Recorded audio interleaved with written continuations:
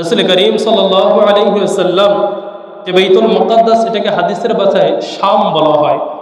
বর্তমান যে সিরিয়া অঞ্চলটা, এটা যদিও কথার কথা এখন ছোট, কিন্তু শাম বলতে সিরিয়া, জর্ডান, লেবানন, ফিলিস্তিন, এই পূর্ণ অঞ্চলটাকে নিয়ে শাম বলা হয় হাদিসের ভাষায়। আল্লাহ তাআলার হাবিব রাসূল করিম সাল্লাল্লাহু আলাইহি ওয়াসাল্লাম শামবাসীদেরকে লক্ষ্য করে বলেন, ওতুবা লিশাম ফাকুলনা ইয়া রাসূলুল্লাহ লিআইয়ি যালিকা। রাসূল বলেন, শামের অধিবাসীদের জন্য সুসংবাদ, শামের অধিবাসীদের জন্য সুসংবাদ। ফাকুলনা ইয়া রাসূলুল্লাহ লিআইয়ি যালিকা। সাহাবায়ে কেরাম বলেন, ইয়া রাসূলুল্লাহ, এর কারণ কি? আপনি শামের অধিবাসীদের জন্য সুসংবাদ দিলেন, এর কারণ কি? সিরিয়ার অধিবাসীদের জন্য আপনি সুসংবাদ, এর কারণ কি? আল্লাহ তাআলার হাবিব বলেন, ইন্না মালাইকাতার রহমান ইন্না মালাইকাতার রহমান বাসিদাতুন আজনিহাতিহা আলাইহা। কেননা রহমানের ফেরেশতারা, আল্লাহ পাক রব্বুল আলামিনের ফেরেশতারা তাদের ডানাকে সর্বদা শামবাসীদের উপর বিছিয়ে রাখেন। সুবহানাল্লাহ। শামবাসীদের উপর সর্বদা ফেরেশতারা, রহমানের ফেরেশতারা, আল্লাহ তাআলার ফেরেশতারা তাদের ডানা, তাদের পর, তাদের ডানা সমস্ত সর্ব অবস্থায় শামবাসীদের উপর বিছিয়ে রাখেন। সুবহানাল্লাহ। আর এই হাদিসের মধ্যে আল্লাহ তাআলার হাবিব রাসূল নিজে দোয়া করেন, আল্লাহুম্মা বারিক লানা ফি শামিনা ওয়া ফি ইয়ামানিনা, আল্লাহুম্মা বারিক লানা ফি শামিনা ওয়া ফি ইয়ামানিনা। রাসূল দোয়া করেন, হে আল্লাহ, হে আমার রব, আপনি শামবাসীদের উপর এবং ইয়ামানবাসীদের উপর আপনি বরকত নাজিল করেন। সুবহানাল্লাহ। রাসূলের এই বরকতের দোয়া শুনে সাহাবায়ে কেরাম বললেন, ক্বালা কুলনা ইয়া রাসূলুল্লাহ ওয়া ফি নাজদিনা। আপনি নাজদের অধিবাসীদের জন্য আপনি দোয়া করেন।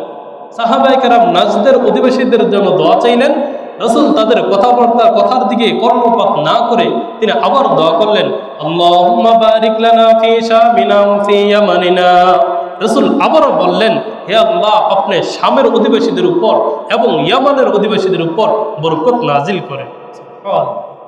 আবার সাহাবায়ে কেরাম বললেন, ওয়া ফি নাজদিনা ইয়া রাসূলুল্লাহ। হে আল্লাহ তাআলার হাবিব, আপনি নাজদের অধিবাসীদের জন্য একটু বরকতের দোয়া করেন না। তারপর রাসূল সাহাবীদের কথার দিকে কর্ণপাত না করে তিনি পুনরায় আবার শাম এবং ইয়ামানবাসীদের জন্যই দোয়া করলেন। যখন সাহাবীরা আবার বলল, ওফি নাজদিনা ইয়া রাসূলুল্লাহ, নাজদের অধিবাসীদের জন্য দোয়া করেন না, তখন রাসূল বললেন, ইন্না ফিহা জালাজিলু ওয়াল ফিতানু। হে আমার সাহাবায়ে কেরাম, নাজ এমন একটা অঞ্চল যেখানে অনেক ভূমিকম্প হবে এবং সেখানে অনেক অত্যাচার, জুলুম, নির্যাতন, ফিতনা, ফাসাদ প্রকাশ পাবে। ওবিহা তাতলু করনু শায়াতিন, এবং সেখানে শয়তানের শিং প্রকাশ পাবে। নাজদ বলতে অধিকাংশ মুহাদ্দিসিনে কেরাম বলেন, নাজ দ্বারা উদ্দেশ্য হলো ইরাক বোঝানো হয়। যে ইরাক যে অঞ্চলটা আছে, সেই অঞ্চলকেই হাদিসের ভাষায় নাজদ বলা হয়। সেই ইরাকের মধ্যে, সেই নাজদের মধ্যে রাসূল তাদের জন্য কেন দোয়া করেন নাই? কেননা সেখানে অনেক ভূমিকম্প হবে এবং অনেক ফিতনা, ফাসাদ, মারামারি, কাটাকাটি, মানুষের উপর জুলুম, নির্যাতন হবে এবং অবিহা তাতলু করনু শাইতান, এবং সেখানেই শয়তানের শিং প্রকাশ পাবে। এই রাসূল নাজদের জন্য দোয়া করেন নাই, দোয়া করছে কাদের জন্য ভাই? শামের অধিবাসীদের জন্য, ফিলিস্তিনের অধিবাসীদের জন্য, সিরিয়ার অধিবাসীদের জন্য এবং ইয়ামানের অধিবাসীদের জন্য। সুবহানাল্লাহ। রাসূল যেই অধিবাসীদের জন্য দোয়া করছেন, যেই অঞ্চলের মানুষের জন্য দোয়া করছেন, সেই অঞ্চলটা বরকতপূর্ণ, কম না বেশি ভাই? অনেক বেশি। আরেক হাদিসের মধ্যে হযরত মাইমুনা রাদিয়াল্লাহু তাআলা আনহা থেকে বর্ণিত, তিনি বলেন, রাসূল করিম সাল্লাল্লাহু আলাইহি ওয়াসাল্লামকে বললাম, আফতিনা আফতিনা আফতিনা ফিল বাইতুল মুকাদ্দাস ইয়া রাসূলুল্লাহ। হে আল্লাহ তাআলার হাবিব, আপনি আমাদেরকে বাইতুল মুকাদ্দাসের ব্যাপারে কিছু বর্ণনা দেন। বাইতুল মুকাদ্দাসের ব্যাপারে আপনি আমাদেরকে কিছুটা আলোচনা করেন, আমাদেরকে বর্ণনা দেন। আল্লাহ তাআলার হাবিব যখন আল্লাহ তাআলার হাবিবের কাছে যখন এই কথা বললেন, রাসূল সাল্লাল্লাহু আলাইহি ওয়াসাল্লাম বললেন, বাইতুল মুকাদ্দাস আরদুল্লাহি, আল্লাহ পাক রব্বুল আলামিনের আরদুল্লাহি, আরদুল মাহশার ওয়াল মানশার। বাইতুল মুকাদ্দাস হলো আল্লাহ পাক রব্বুল আলামিন যে হাশরের ময়দান কায়েম করবেন, সেই হাশরের ময়দান কায়েম করার স্থান। সুবহানাল্লাহ। বাইতুল মাকদিস হলো কোনটা ভাই? শাম হলো কোন অঞ্চল যেখানে আল্লাহ তাআলা হাশরের ময়দান কায়েম হবে? আমরা এটা তো জানি একবার হাশরের ময়দান কায়েম হবে, এটা বিশ্বাস করি তো ভাই। এটা কোন স্থান? সেই বাইতুল মুকাদ্দাস, সেই বাইতুল মাকদিস শাম দেশে সিরিয়ার মধ্যে আল্লাহ পাক রব্বুল আলামিনের হাশরের ময়দান কায়েম হবে। সেই অঞ্চলের মধ্যে আল্লাহ তাআলার হাবিব বলে গিয়েছেন, তোমরা শেষ জমানায় এমন একটা জমানা আসবে যখন ফিতনা ফাসাদ চতুর্দিকে ছড়িয়ে যাবে, তখন তোমরা সেই মাকদিসের দিকে, শাম দেশের দিকে তোমরা হিজরত করবে। কেননা সেখানের মধ্যেই সিরিয়ার মধ্যে আল্লাহ তাআলার হাবিবের উম্মত হিসাবে হযরত ঈসা আলাইহিস সালাতু ওয়াস সালাম অবতরণ করেন। সেই সিরিয়ার মধ্যেই কি করবেন ভাই? সেই সিরিয়ার মধ্যে ঈসা আলাইহিস সালাম আসমান থেকে অবতরণ করবেন এবং সেখানের মুসলমানদের ঈমানটা থাকবে পরিপূর্ণ।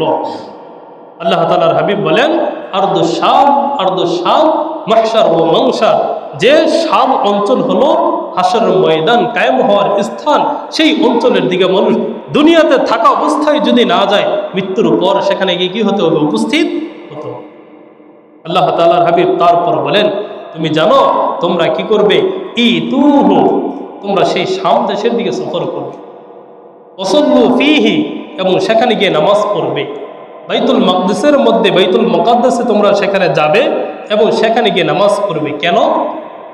কেননা সলাতুল মাকদিস কালফি সলাতিন ফি গায়রিহি, বাইতুল মুকাদ্দাসের মধ্যে নামাজ পড়া অন্য স্থানে 1000 ওয়াক্ত নামাজ পড়ার চাইতে উত্তম। সুবহানাল্লাহ। 1000 ওয়াক্ত নামাজ পড়ার চাইতে বাইতুল মুকাদ্দাসে 1 ওয়াক্ত নামাজ পড়া কি ভাই এর চাইতে উত্তম। আর মাইমুনা রাদিয়াল্লাহু তাআলা আনহা বলেন, ইয়া রাসূলুল্লাহ ফাইন লাম ইয়াস্তাদি ফামাদা ফাআলনা, হে আল্লাহ তাআলার হাবিব, আমরা যদি সেখানে যেতে না পারি তাহলে আমাদের করণীয় কি? আমরা যদি সেখানে যেতে না পারি তাহলে আমাদের করণীয় কি? আল্লাহ তাআলার হাবিব বললেন, তোমরা জাইতুন তেল হলো সেই অঞ্চলের মানুষের জন্য পাঠাইবে, যাতে করে সেই তেল দ্বারা তারা আলো পোহাইতে পারে, তারা আলো নিতে পারে। যদি তোমরা তাদের জন্য এতটুকু সহযোগিতা পাঠাও, এতটুকু সহযোগিতা করো, তাহলে তোমরা সেখানে না গিয়েও কেমন যেন সেখানে তোমরা অবস্থান করতেছো। সুবহানাল্লাহ। তাহলে বাইতুল মুকাদ্দাস এটা সাধারণ কোনো অঞ্চল নয়। শাম এটা কি নাবে কোনো সাধারণ অঞ্চল নয়।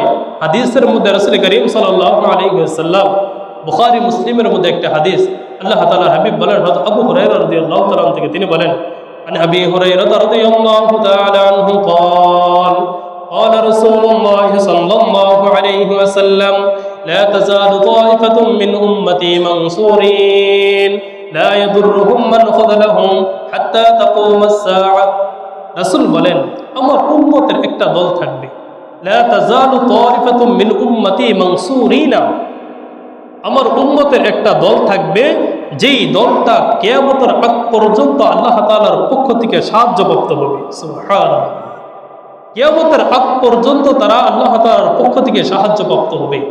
লা ইয়াদুররুহুম মান খাযালাহুম, তাদেরকে কেউ পরাজিত করতে পারবে না। সুবহানাল্লাহ। তাদেরকে কেউ পরাজিত করতে পারবে না, তাদেরকে কেউ পরাজিত করতে পারবে না।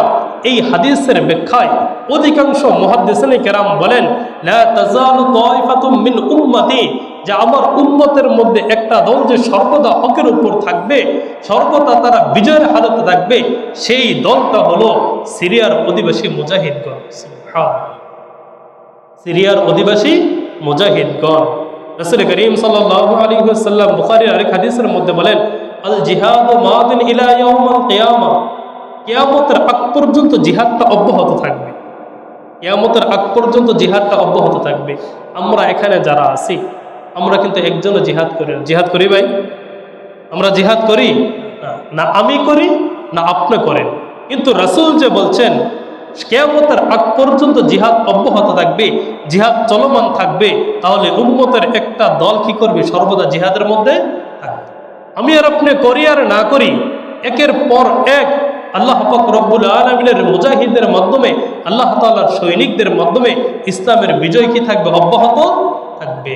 সেই আফগান থেকে নিয়ে শুরু করে, সেই ইরাক থেকে নিয়ে শুরু করে আল্লাহ তাআলার নির্দেশে বিইذনিল্লাহ সিরিয়া বিজয় হয়েছে ইনশাআল্লাহ। ইসরায়েলও কি হবে মুসলমানদের দখলে। সেই সিরিয়ার পথ ধরেই ইসরায়েল বিজয়ী হবে, সেই সিরিয়ার পথ ধরেই গাজা বিজয়ী হবে, সেই সিরিয়ার পথ ধরেই সারা পৃথিবীর মধ্যে ইসলামী হুকুম কায়েমত হবে। ঠিক কিনা ভাই?